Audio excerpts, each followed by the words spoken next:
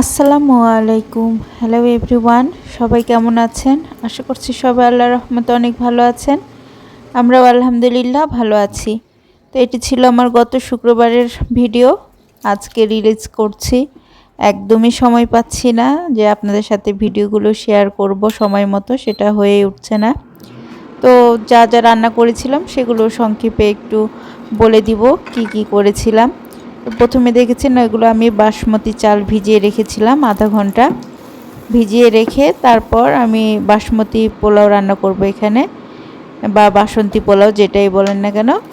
তো কড়াইয়ে আমি কিছুটা কাজু আর কিশমিশ ভেজে নিয়েছি।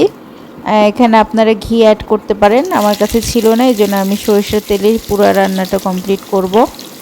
তো এখানে মশলা হিসেবে আমি গরম মশলা আর দারচিনি দিয়ে দিয়েছি, আর সাথে পেঁয়াজ কুচি আর কিছুটা কাঁচামরিচ ফালি দিয়ে দিয়েছি, সাথে আদা রসুন বাটা দিয়ে দিয়েছিলাম।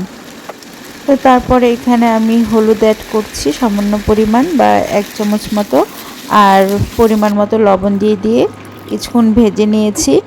ভেজে নেওয়ার পর আলতো হাতে ভেজে নিতে হবে, কারণ চালটা অলরেডি অনেকক্ষণ ভিজানো ছিল, যার কারণে বেশি জোরে জোরে নাড়াচাড়া করলে ভেঙে যাবে। তারপর পরিমাণ মতো পানি দিয়ে 20 মিনিট ওয়েট করেছি। এই তো হয়ে গিয়েছে, কিন্তু ঢাকনাটা ঢেকে আমি সাইড করে রেখে দিয়েছি। পরে আমি ওটাকে চালা দিয়ে দেব। এরপরে আমি দেশি মুরগির পাতলা ঝাল করে ঝোল রান্না করব আলু দিয়ে।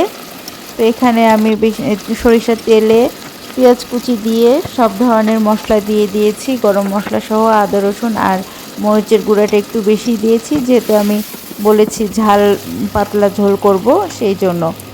তো এরপরে পরিষ্কার করে রাখা মুরগিগুলো দিয়ে দিচ্ছি, মুরগির মাংসগুলো। তো সুন্দর করে কষিয়ে নিচ্ছি প্রথমে। তো বেশ কয়েকবার কষানোর পরে এই অবস্থা, 2-3 বার তো কষিয়ে নিতেই হবে।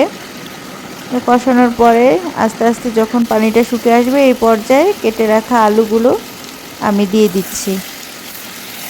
আলুগুলো দিয়ে আরও বেশ কিছুক্ষণ সময় ভুনা করব, কষাবো। তারপর পরিমাণ মতো পানি দিয়ে, যতটা ঝোল রাখতে চাই সে অনুযায়ী পানি দিয়ে আমি ঢাকা দিয়ে দিব।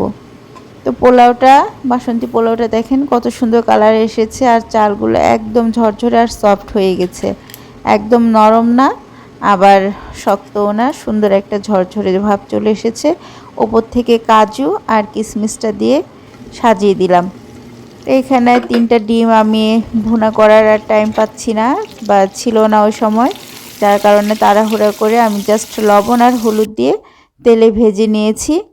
আর এদিক থেকে এই যে মুরগির মাংসটা রেডি হয়ে গেছে, এরকমই রাখবো ঝোলটা। বাস কমপ্লিট। এই তো টেবিলে নিয়ে চলে এসেছি।